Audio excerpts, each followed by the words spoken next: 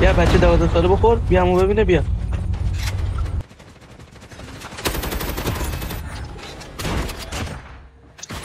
چون پدر چند نفری آخه 1392 پستش تو منو زدی گونه خب کیرا تو کاسره نه گونه خب حالا که دلت گاید دیگه کیرا تو کاسره بالاخره کیرا کیرا تو کاسره نه دو دهنت در اومد گونه خب کیرا تو کاسه خاره میاد جز مامان خاطر که 4 تا اسکرین شات بگیر از سر کیر ما نخورید دیگه